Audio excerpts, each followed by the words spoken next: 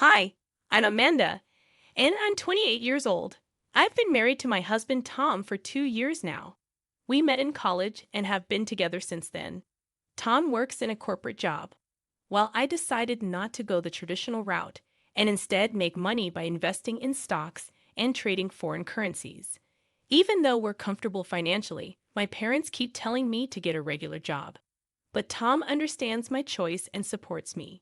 He's always been the person I can talk to about anything since we met in college.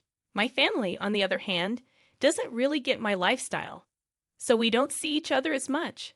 When we visited Tom's family to tell them about our marriage, they were curious about my job. Tom defended me, saying I was doing what I loved, but his brother Jeff kept pushing. When I finally told Jeff I was a part-timer, he made a snarky comment about how lots of college grads can't find stable jobs these days. It was frustrating dealing with his condescending attitude. I didn't let Jeff's comments get to me because marrying him was never part of the deal. Despite Tom's apologies for his brother's behavior, having Tom's support was what mattered most to me. Jeff, who often looked down on me, apparently holds a position as an associate professor at a university. I feel sorry for his students. Now Jeff is getting married, and Tom and I have been invited to the wedding. The bride-to-be is the daughter of the university president where Jeff works. With such a prestigious connection, Jeff's future seems secure. When Jeff saw me at the wedding, he started mocking me again, calling it embarrassing to have a part-timer like me as his sister-in-law. He even pointed out that my name wasn't listed in the wedding directory. I didn't understand what he meant at first, but when I checked, my name was the only one missing. Tom was ready to confront Jeff, but I told him not to bother. I didn't care about such things. Jeff smirked at my response and suggested that I, as a part-timer, should keep a low profile and not serve drinks at the wedding. He seemed to think it would cause trouble if people found out about my job. He even went as far as telling us not to serve drinks to avoid any awkward questions. With a smug attitude, he left us behind. Tom was still fuming with anger. "I'm sorry my brother has been incredibly rude," he apologized, his expression full of regret. Feeling guilty, I found myself apologizing too. I should be the one saying sorry. I didn't mean for you to be upset because of me. Seeing me apologize, Tom finally managed to smile. But at the wedding, neither of us had the heart to celebrate. Instead, we followed Jeff's suggestion and just enjoyed the delicious food. As expected from a wedding of the university president's daughter, the food was extravagant, and we thoroughly enjoyed it.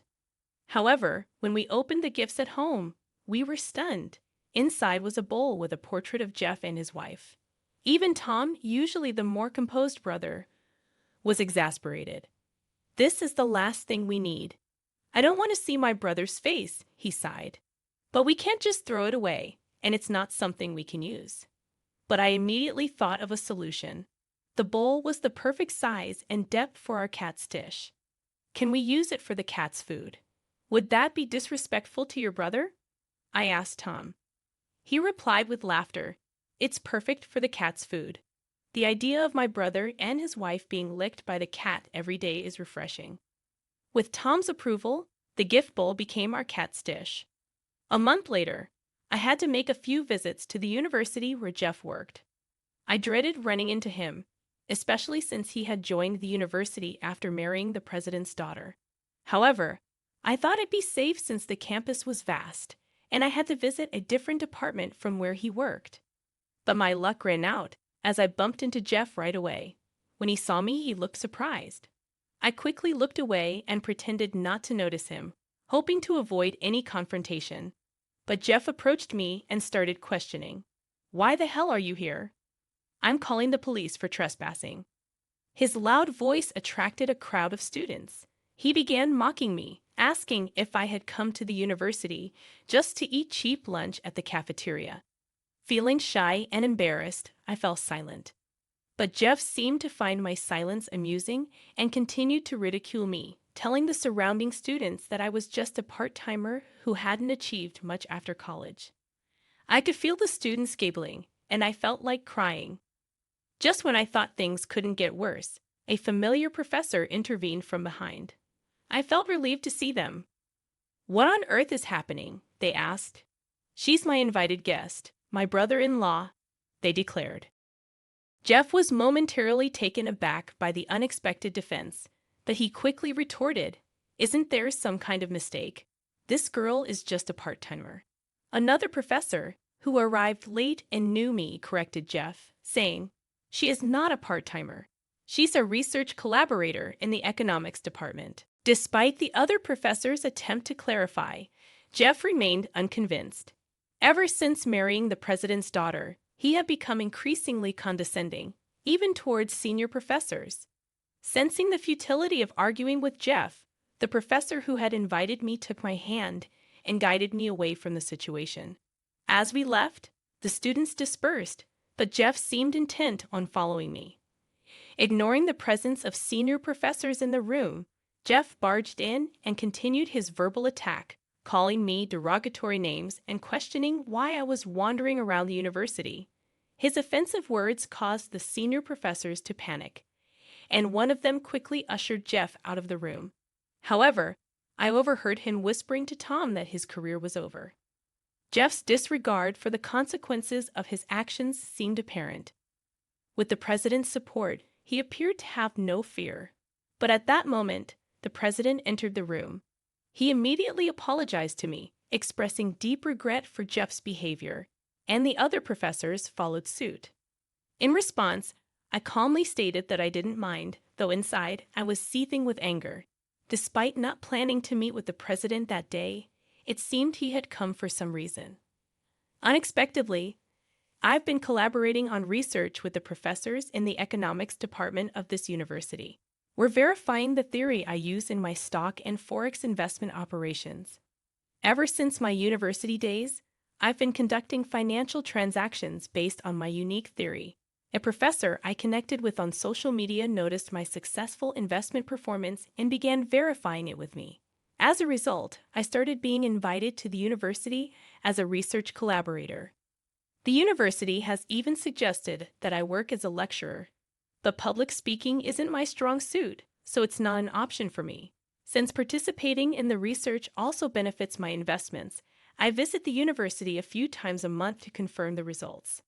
It wasn't until Jeff's wedding that I realized it was the same university where he works. When I looked at the guest list and recognized a name, I discovered that the president of the university was the bride's father. Despite other university-related guests being present, it seemed that no one noticed me. My name had been removed from the list, and I had been instructed not to serve drinks, so I stayed in my seat throughout the event. With such a grand wedding, nobody was expected to pay attention to someone as inconspicuous as me. The reason the president and professors were in a panic when Jeff confronted me is because I'm a major donor to the university. Since I started collaborating on research, my investment performance has significantly improved, and I've been donating a substantial amount of money each year. In addition to my research at the university, the theories I'm working on are also being shared with hedge funds and investors abroad. This has led to a significant increase in donations, as well as sponsorship funds crucial for the university's operations. The university earns a considerable amount of money from the research I'm involved in, making donations and sponsorships vital. The incident with my brother-in-law, Jeff, at the university was a serious matter. If I had reacted angrily to his rude remarks and decided to withdraw from the research or cease donations, it would have had a significant impact on the university's operations. That day, discussing investment theory became secondary as the president and other professors were solely focused on apologizing to me. As I was leaving, I took the opportunity to inform the president that the associate professor he mentioned earlier, who happened to be my brother-in-law Jeff, had insulted me. It seemed that nobody had realized this connection before, and it surprised them. I also expressed my honest feelings about Jeff's behavior, acknowledging that his attitude was questionable, especially for an educator. Despite feeling angry, I spoke passionately in front of about 10 people, including the president, something I wouldn't normally do due to nerves. Looking back, I feel embarrassed yet impressed with myself for reacting in an unexpected manner when pushed too far.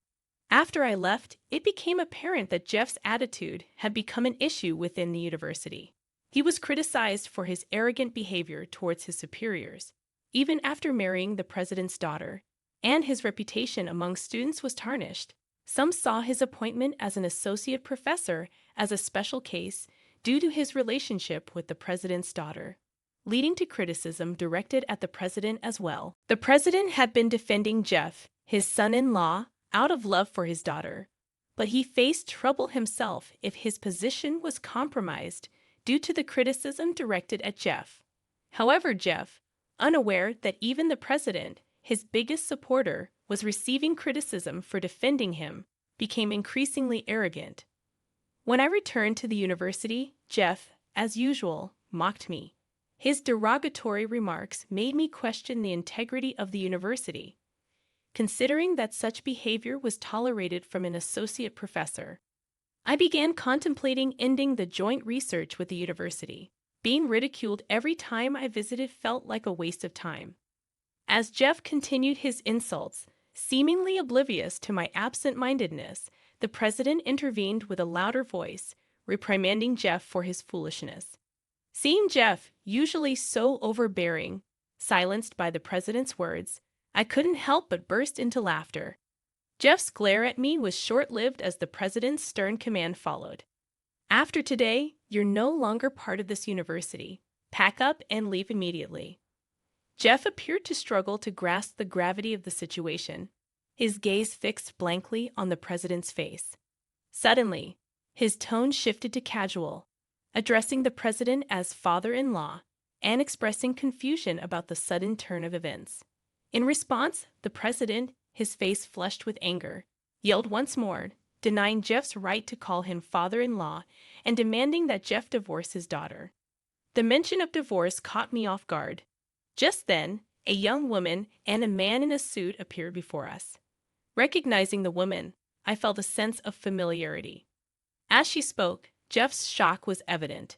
It became clear that the woman was Jeff's wife, but her presence at the university was a mystery. With a stern expression, Jeff's wife began to explain her suspicions and how a lawyer had obtained incriminating photos. The man accompanying her then showed Jeff the photos, revealing him arm in arm with another woman I didn't recognize. Jeff's surprise mirrored my own astonishment. Understanding why the president mentioned divorce, I felt it was inappropriate to discuss such matters in the middle of the university, especially in front of me. Despite this, Jeff's wife insisted on the divorce, accusing Jeff of using her and never truly loving her. The unfolding drama left my heart racing with anticipation. Seeing Jeff on the verge of tears brought me a sense of satisfaction, especially when his wife mentioned property division, prompting Jeff to beg for forgiveness, promising not to cheat again. Witnessing Jeff's panic was oddly enjoyable, and I even considered taking a picture to show my husband. Perhaps the president had called me to witness Jeff's suffering. Despite Jeff's pleas, his wife remained firm, stating she had already hired a lawyer. I hadn't anticipated things moving so swiftly. As I watched Jeff, bewildered and frustrated, he redirected his anger towards me, insulting me for being just a part-timer and telling me to leave. At this point, the president stepped in to defend me, highlighting my contributions as a skilled investor, my joint research with the economics department, and my generous donations to the university. Finally, Jeff seemed to absorb the president's words as he silently looked at me. Seizing the opportunity, I confronted Jeff, demanding an apology from him too. Reluctantly, Jeff apologized to me, perhaps under the pressure of the president's intervention. It seemed that the president had orchestrated the entire event to weaken Jeff, showing evidence of his affair, discussing my achievements to further diminish him, and ultimately compelling an apology. Thanks to the president's plan, I felt a sense of relief seeing Jeff apologize to me. As the lawyer explained the details of the property division, I said my farewells to Bob, ready to leave. He requested my continued support for the university, but I asked for a rain check. My trust in the university had waned due to Jeff, and I had personal matters to attend to. I promised to get back to him and left for the day. When I arrived home, I recounted the incident with Jeff to my husband, Tom. He was already aware of my dislike for Jeff, so hearing about his apology and despair brought genuine joy to Tom's face. However, he expressed frustration at not being able to witness Jeff's state firsthand and jokingly scolded me for not taking a picture. Amidst our laughter, I shared another piece of good news with Tom. I was pregnant. Tom's ecstatic reaction made it clear how much it meant to him. I had been feeling unwell lately and had suspected the reason on my way home from the university. The news filled our home with joy and anticipation for the future. I went to the doctor's office and learned about the pregnancy. Although I felt a bit guilty for Bob, who had gone to great lengths to make Jeff apologize, I decided to pause my cooperation with the university for now. Bob seemed disappointed, but he said he would wait until I finished raising the child. When I mentioned reconsidering later, Bob told me that Jeff, who had divorced officially, was now unemployed and struggling to find a new job. Jeff had been trying to get hired by other universities, but his reputation for arrogance was holding him back, and he wasn't receiving any offers. It seemed that Jeff's arrogance had backfired on him, leading to a bigger downfall than expected. Suddenly, I realized that the photos we had used as cat dishes had disappeared. Whether it was because they were cheap gifts or because of the divorce, the couple's photos were gone too.